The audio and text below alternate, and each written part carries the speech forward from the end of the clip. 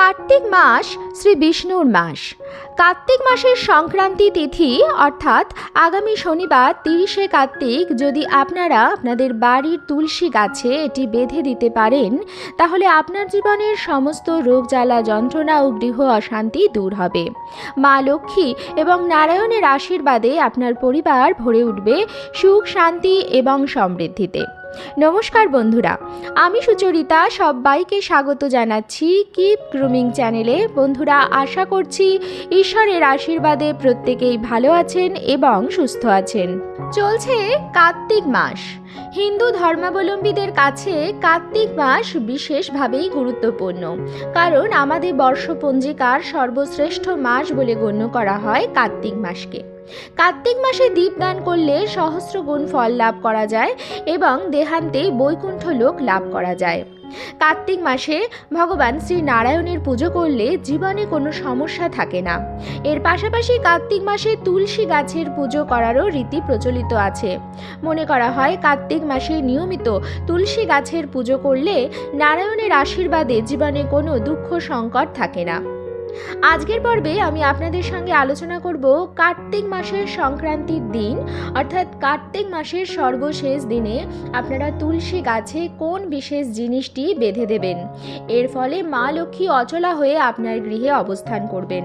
আমরা প্রত্যেকেই জানি যে গৃহে নারায়ণের আশীর্বাদ থাকে সেই গৃহেই মা লক্ষ্মী আসেন এবং অধিষ্ঠান করেন। মা লক্ষ্মী কিন্তু নারায়ণ ভগবান ছাড়া থাকেন না, তিনি পরম পতিব্রতা। তাই বন্ধুরা, মা লক্ষ্মীর আশীর্বাদ যদি আপনারা পেতে চান, মা লক্ষ্মীকে অচলা হয়ে যদি আপনি ঘরে রাখতে চান, তাহলে কার্তিক মাসের সংক্রান্তির দিনে এই বিশেষ উপায়টি করতে ভুলবেন না। কার্তিক মাস হচ্ছে বছরের সর্বশ্রেষ্ঠ মাস, তাই কার্তিক মাসের সংক্রান্তির দিন অর্থাৎ কার্তিক মাসের সর্বশেষ দিনে যদি আপনারা এই উপায়টি করেন, তাহলে নতুন মাস, নতুন বছর আপনাদের অত্যন্ত ভালো কাটবে এবং কেউ আপনাদের পরিবারের কোনো রকম ক্ষতি করতে পারবে না। আজকের ভিডিওতে একটি গুরুত্বপূর্ণ বিষয় নিয়ে কথা বলবো, তাই আমার সকল দর্শক বন্ধুদের অনুরোধ করব যে আজকের এই ভিডিওটি একদমই স্কিপ না করে সম্পূর্ণ দেখবেন। দেখার পর যদি ভালো লাগে তাহলে অবশ্যই কিন্তু একটি লাইক করবেন, কমেন্টসে লিখবেন জয় মা লক্ষ্মীর জয়, জয় প্রভু নারায়ণের জয়, এবং বন্ধুরা অবশ্যই ভিডিওটি শেয়ার করবেন আপনাদের নিকট আত্মীয় স্বজন এবং বন্ধু বান্ধবদের সাথে। কার্তিক মাসের সংক্রান্তির আর বেশি দিন বাকি নেই। ভিডিওটি পেলে প্রত্যেকেই উপকৃত হবেন এবং আপনাকে ধন্যবাদ জানাবেন। চলুন বন্ধুরা, আসা যাক মূল পর্বে। কার্তিক মাসে ঈশ্বরের সেবা এক গুণ করলে সহস্র গুণ ফল লাভ করা যায়। তাই কার্তিক মাসের সর্বশেষ দিনে ঈশ্বরের সেবা করতে ভুলবেন না, এবং সেবা কিন্তু শুরু হয় ব্রাহ্ম মুহূর্ত থেকে। সারা দিনের মধ্যে ব্রাহ্ম মুহূর্ত হচ্ছে সেই সময় যখন মানুষ ঈশ্বরের সাথে সব থেকে বেশি সংযোগ স্থাপন করতে পারে। তাই শয্যা ত্যাগ করার আগে বিছানায় বসেই আপনি আপনার ইষ্ট দেবতাকে স্মরণ করে নেবেন। সবার প্রথমে নিজের হাতের করতল দর্শন করবেন এবং বলবেন, করাগ্রে বসতে লক্ষ্মী, কর মধ্যে সরস্বতী, কর মূলে তু গোবিন্দ, প্রভাতে কর দর্শনম। এই কথাটি যেন আপনার দিনের প্রথম কথা হয়। তারপর ভূমি মাতাকে প্রণাম করে আপনি দিন শুরু করবেন। আপনার বাড়ি ঘরদোর সর্বত্র অত্যন্ত ভালোভাবে পরিষ্কার পরিচ্ছন্ন করে নেবেন। যদি আপনি চান মা লক্ষ্মী অচলা হয়ে আপনার গৃহে অধিষ্ঠান করুন, তাহলে খুব তাড়াতাড়ি শয্যা ত্যাগ করে ঘরবাড়ি পরিষ্কার পরিচ্ছন্ন করার অভ্যাস কিন্তু আপনি বানাবেন। মা লক্ষ্মী এমন কোনো স্থানে থাকেন না যেটি পরিষ্কার পরিচ্ছন্ন নয়। তারপর আপনি বাড়ি ঘরদোরে সর্বত্র গঙ্গার জলে ছিটা দিয়ে নেবেন এবং আপনি নিজে স্নান সেরে নেবেন। স্নান সেরে শুদ্ধ বস্ত্র পরে আপনি গঙ্গার জলে ছিটা নিয়ে নেবেন। আপনার বাড়ি ঘরদোর প্রতিদিন সকাল সকালই পরিষ্কার পরিচ্ছন্ন করে নেবেন। শুধুমাত্র কার্তিক মাসের সংক্রান্তি বলে নয়, যে কোনো দিন সকাল সকাল যে বাড়িতে ঝাড়ু লাগে, যে বাড়ি মোছা হয় এবং যে বাড়িতে মা লক্ষ্মীর চরণের আলপনা এঁকে দেয়া হয়, সেই বাড়িতেই মা লক্ষ্মী অধিষ্ঠান করেন। তাই বন্ধুরা, এগুলি আপনার একটি অভ্যাস বানিয়ে ফেলুন। আমরা প্রত্যেকেই জানি যে আমাদের ঘরে যেটি প্রবেশ করে বাড়ির সদর দরজা দিয়েই প্রবেশ করে। তাই বাড়ির সদর দরজাও পরিষ্কার পরিচ্ছন্ন আলোকিত রাখবেন এবং সদর দরজায় ঘুম থেকে উঠেই 1 ঘটি জল ঢেলে দেবেন। বন্ধুরা, এগুলি প্রতিদিনই করবেন, এর ফলে অত্যন্ত ভালো ফল পাবেন। তাছাড়া বিশেষ বিশেষ দিনে তো অবশ্যই করবেন, কিছুই না, ঘুম থেকে উঠে 1 ঘটি জল আপনার বাড়ির সদর দরজা বা মুখ্য দরজায় ঢেলে দেবেন এবং তারপর আপনি চলে আসবেন আপনার ঠাকুর ঘরে। সেদিন মা লক্ষ্মী এবং নারায়ণ ভগবানের পুজো করতে ভুলবেন না। সেদিন অবশ্যই মা লক্ষ্মী এবং নারায়ণ ভগবানের প্রিয় ফুল নিবেদন করবেন, প্রিয় ফল দিয়ে পুজো দেবেন, প্রদীপ ধূপকাঠি ধরিয়ে দেবেন, একটি ঘিয়ের প্রদীপ অবশ্যই প্রজ্বলিত করবেন।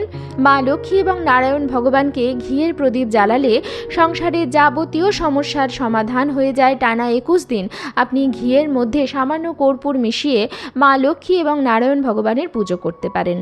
মনে করা হয় যে বাড়িতে মা লক্ষ্মী এবং নারায়ণ ভগবানের আশীর্বাদ থাকে সেই বাড়ির ওপর সন্তুষ্ট থাকেন সমস্ত দেবী ও দেবতারা। তাই বন্ধুরা, শুধুমাত্র চেষ্টা করবেন মা লক্ষ্মী এবং নারায়ণ ভগবানকে সন্তুষ্ট করতে।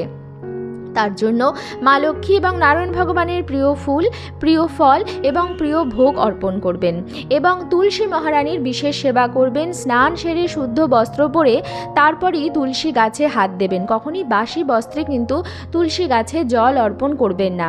স্নান সেরে কাঁচা বস্ত্র পরে তারপরই তুলসী গাছে প্রতিদিন জল অর্পণ করবেন, শুধু রোববার দিনটি বাদ দিয়ে এবং একাদশীর দিনগুলি বাদ দিয়ে।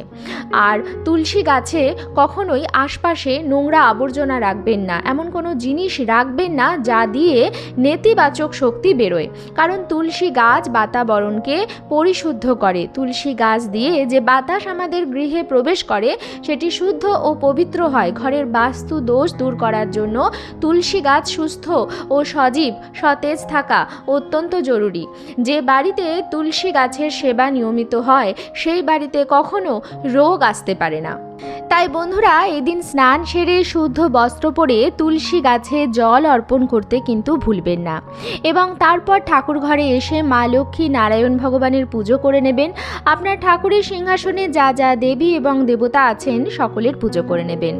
মা লক্ষ্মী এবং নারায়ণ ভগবানের উদ্দেশ্যে সেদিন একটি হলুদ সুতো অবশ্যই নিবেদন করবেন। যদি কোনো কারণবশত আপনার কাছে হলুদ সুতো না থাকে আপনি মৌলি ধাগা ব্যবহার করতে পারেন।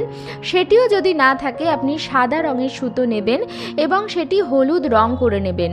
কারণ এই হলুদ রং মা লক্ষ্মী এবং নারায়ণ ভগবানের অত্যন্ত প্রিয় রং বলে মনে করা হয়। যে হলুদ রঙের বস্ত্র যদি আপনি কোনো মা লক্ষ্মী এবং নারায়ণ ভগবানের মন্দিরে কোনো দিন নিবেদন করেন, বিশেষ করে বৃহস্পতিবার বা পূর্ণিমা তিথিতে নিবেদন করেন, তাহলে স্বামী স্ত্রীর কোনো সমস্যা থাকলে সেটিও কিন্তু মিটে যায়। তাই এই হলুদ রঙের সুতো মা লক্ষ্মী এবং নারায়ণ ভগবানকে আপনি পরিয়ে দেবেন।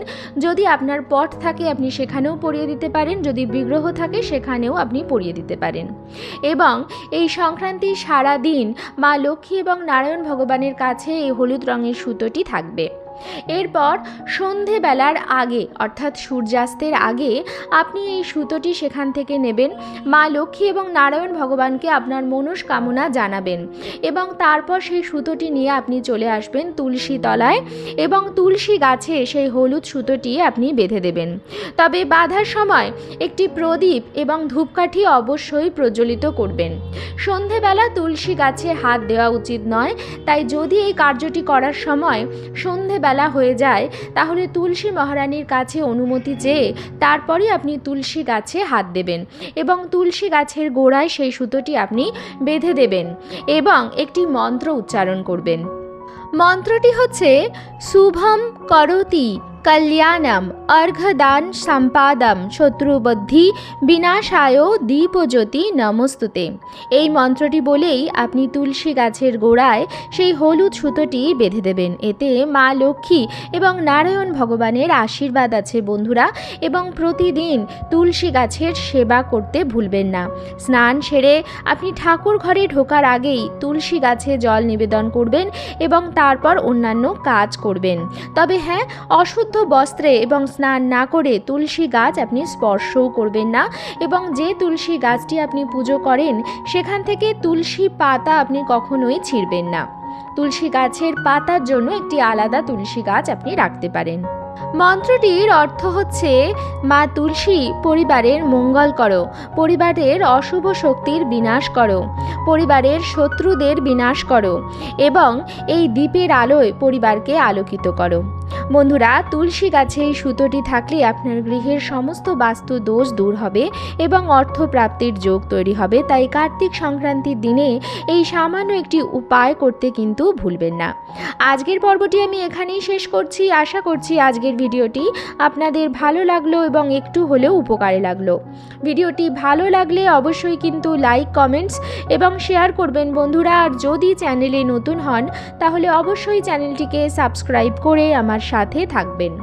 দেখা হবে কিপ গ্রুমিংয়ের নতুন আরও একটি পর্ব নিয়ে। সবাই খুব ভালো থাকবেন, সুস্থ থাকবেন।